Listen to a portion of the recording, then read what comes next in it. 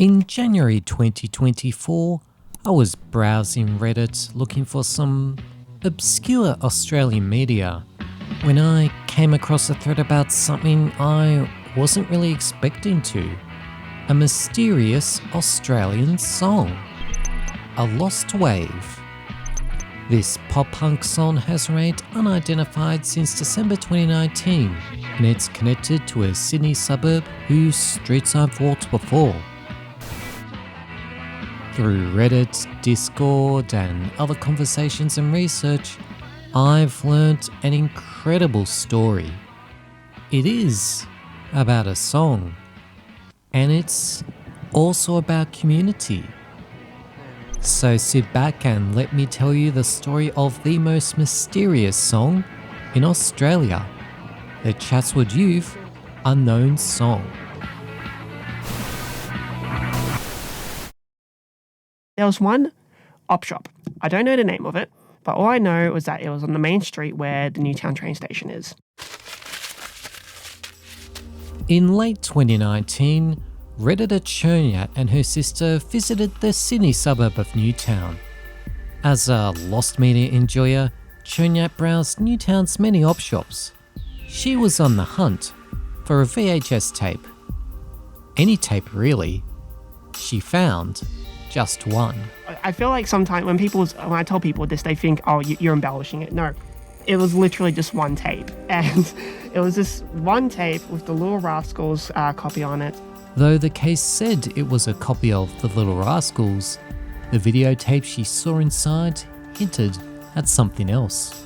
I decided to inspect it, and I noticed it just said Chatswood Youth asterisk mono. And I thought, nah, surely this can't be a home videotape, right? So I thought most likely they lost the original tape and they had like a copy of it just from like television broadcast. So I thought to myself, oh, look, if that's the case, that'll be pretty funny. Chernat decided to buy that tape. She didn't know it then, but she just discovered a time capsule and a musical mystery. Look at. Hi, guys! Sit down, say hi. That's right. More human. But you just gotta like do the work, blah, blah, blah, blah, blah. When she got home and watched the videotape, Chernat realised it wasn't a recording of the Little Rascals at all. It was a documentary, and as its label hinted, it was about the Chatswood Youth Centre, but from all the way back in 1997. When you watch the documentary, you'll see students from Chatswood High and other schools in the area, alongside the youth centre staff. There's John wearing glasses, Harley with a beard and long hair, and an unnamed third worker with a green jacket. A bunch of teenage shenanigans are on display in this documentary, and the students can come across as a bit crass at times. You have to remember though, they are teenagers, and this was the 90s. The Aussie larrikin characteristics and sort of the rough around the edges attitude. I love the students in the film that I featured there really relate to me. It felt to me like a bit of a connection, even though this was like a 25-year-old tape. Overall, these youth centre students seem pretty likeable to me by the end. And it's clear that the youth workers care about the students under their guidance. There's a real sense of friendship and community among everyone featured. Overall, it's a stunning time capsule of the late 1990s. What really grabbed Chernat's attention though was the song, a post-punk number featured at the video's start, middle and end that starts subtly and builds in energy.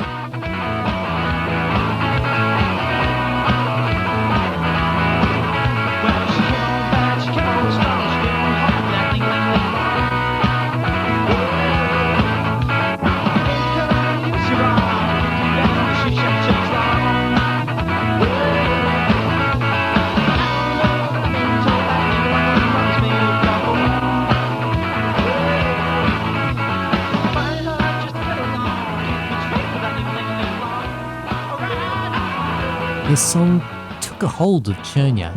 She had to identify it. With no credits listed in the documentary, Chernia did what you probably do. She went to the internet to find the song's name and the musicians behind it. My first instinct was I'll probably just like Shazam it and to see what it is. And yeah, to my surprise, it just wasn't able to be Shazammed. Chernia's song search didn't start well.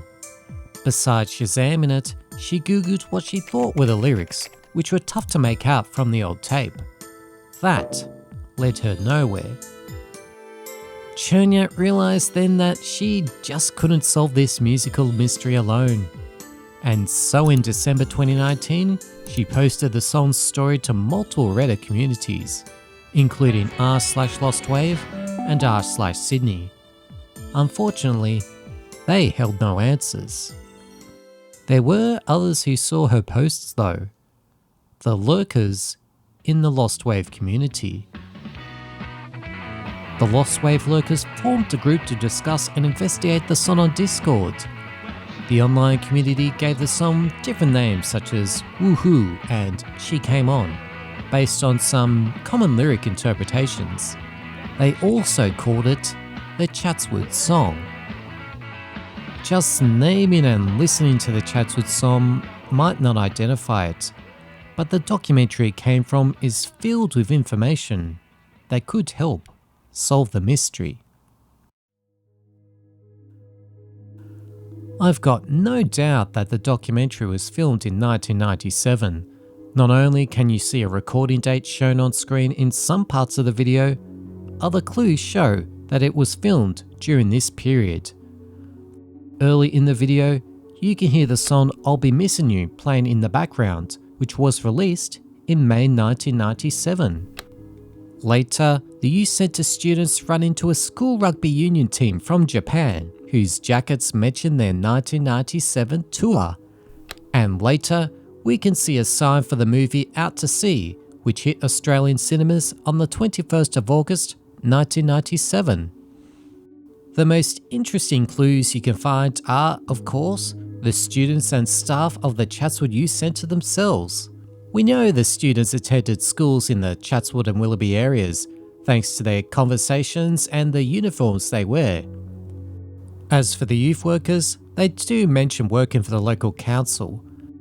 The Lostwave community speculated that Harley or John could know something, since they're both interviewed by students and are seen throughout the video. Could one of them have even come up with the documentary idea in the first place?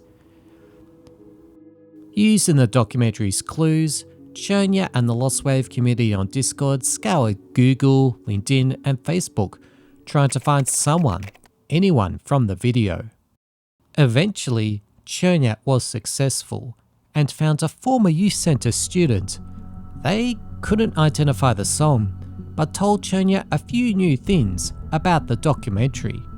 They were just completely fascinated as well, because they knew that the project happened, but they just never saw the tape. Then the same person also provided me contact with someone else who was in the video, who was one of the interviewers, and they informed to me as well, like they knew about the project, but yeah, it seems like they didn't say it directly, but they did mention that it just didn't get screened. It just seems like something that was worked on, was kind of completed and just silently forgotten afterwards. So they were very surprised that they were able to see it for the first time after nearly 25 years. Chernia discovered that the documentary was part of a workshop run by the youth centre, and it was the idea of a male staff member. Unfortunately, the students couldn't remember the staff member's name. Were they a staffer shown in the documentary or someone off screen who worked at the youth centre? At this point, we don't know. While Chernia had some success finding students, the Discord community did their own searching and discovered some tragic news. Harley, one of the youth workers featured in the documentary, had passed away in a motorbike accident, not long after the filming was complete. He was 44 years old. It's clear to anybody watching that Harley was well liked by the young people under his care. His impact and memory still echo today. If you go to the Chatswood Youth Centre, you can find a painted mural dedicated to him. Harley was a true mentor and a friend.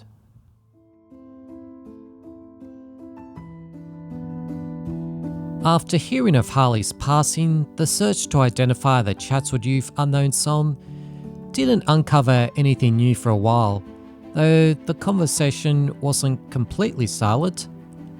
The Discord kept trying to find John the youth worker, without any success. While the song search continued, YouTuber CW Schultz featured the Chatswood song in 2 videos on his channel. And for a while, that was about as far as the Chatswood search went.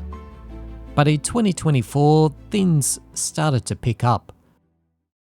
That's when I first heard of the song on Reddit, and I messaged Chernia to find out more and help with the search. To start with, I tried asking about the song and video again on local Chatswood and Willoughby Facebook groups. Eventually, another former youth centre student responded to these posts with comments that gave new clues and context to the famous documentary. I was one of the students featured in this documentary and took part in the actual filming at the start of the film. This film was made in response to a front page article written by the North Shore Times labelling Chatswood youth as lawless, thugs and criminals. For a lot of us who grew up around the Chatswood area in the 90s, the youth centre, known to us as the Pool Hall, became our second home, and the beloved youth workers became our adopted parents, friends and mentors. We, together with the Youth Centre, felt extremely misrepresented by the North Shore Times article created this video to showcase our perspectives. And regardless of our diverse backgrounds, we were a tight community brought together by this place. From memory, the Youth Centre worked with a couple of film students who provided the equipment and did the editing of this video. This is an amazing time capsule. Unfortunately, I do not recall the actual film students, but they were also featured in the documentary as well. However, if you guys can somehow locate the youth workers at this time, you might be closer to uncovering this mystery. I couldn't believe it. All of this context, all of this history told in such a heartfelt way. Who would have thought that the documentary was made to push back against the Chatswood Youth's naysayers? Of course, I had to verify these claims, and everything checked out.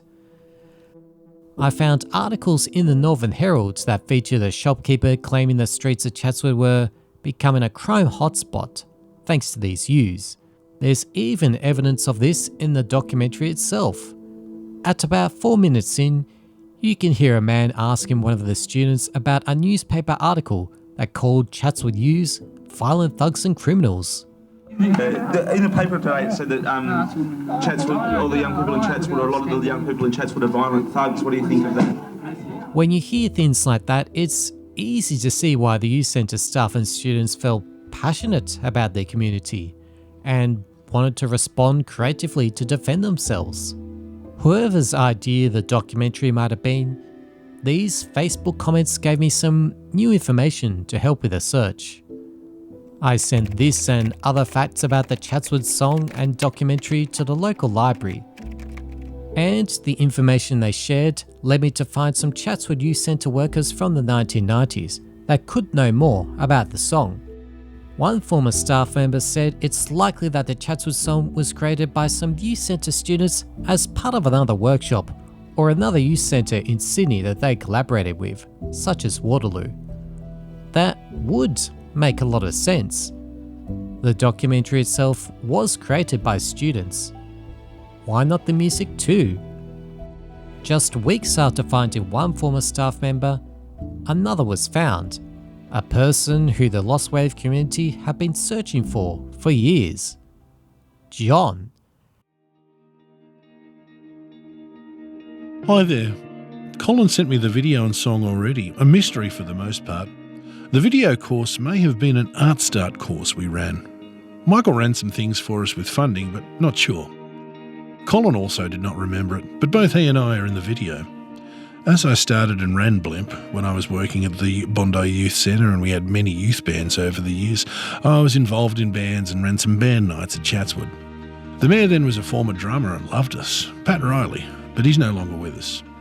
As to who did the song, I honestly cannot remember. Seeing our old workmate Harley was a hit, as he died soon thereafter in a motorcycle accident. I recognised some of the kids in the video, but left Chatswood just before the Olympics, before working at Willoughby Council as the youth officer. So unfortunately, I have little to add to your knowledge on both the song and video. Be well. Putting aside the song search, I was really touched to hear John reflect on this video, and especially on Harley. Even though he may not know about the song, there was still some bits of information to follow up on. And for me, there was just so much local history and kindness in John's message. I'm very thankful to him for sharing his story.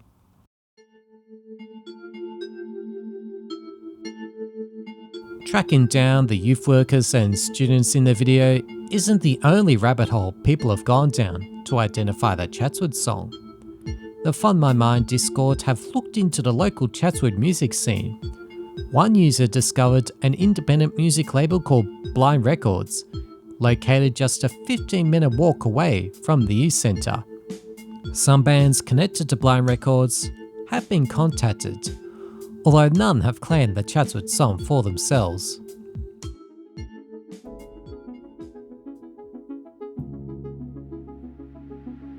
After everything I've talked about, you might ask, why bother? What's the point to trying to track down some song featured in an obscure student documentary from 1997? To me, it's not just about the mystery, it's about cultural continuity and doing all we can to prevent it from being lost. It's part of our shared story, our history. History is the truth. That's what I like to say. And no matter how small or insignificant it is, if we preserve that truth, that gives us a bit of a reflection of who we are and what we can do in the future. And creativity is a bit of truth that I find that is very important about ourselves. Finding this tape was a blessing for me because this inspired me a lot with my creative flow. So I feel like that in and of itself, and local media, it's not something that usually gets covered that well anyways. And if we are able to allow for archiving to be done for a scene, for such a important scene for us around here, especially in the Greater Sydney, I feel like it'll be very important to preserve that that creativity, especially for future generations to come. It's been fascinating to be involved in this search and see how communities can come together for a shared goal. The Lostwave community with its theories, resources and determination to identify forgotten songs, and the Chatswood Youth Centre community for having one another's backs. If you're still sitting down and watching this video, then I urge you to join the search for the Chatswood song and any other lost waves. Check out r/lostwave, be kind and patient with anybody you contact about lost songs, and enjoy what the Lostwave community can do. You never know what you might find. I can't wait to see if and when the Chatswood Youth Unknown song will be identified. And I know I'm not the only one. It'll be a monumental day, I'll tell you that one for free.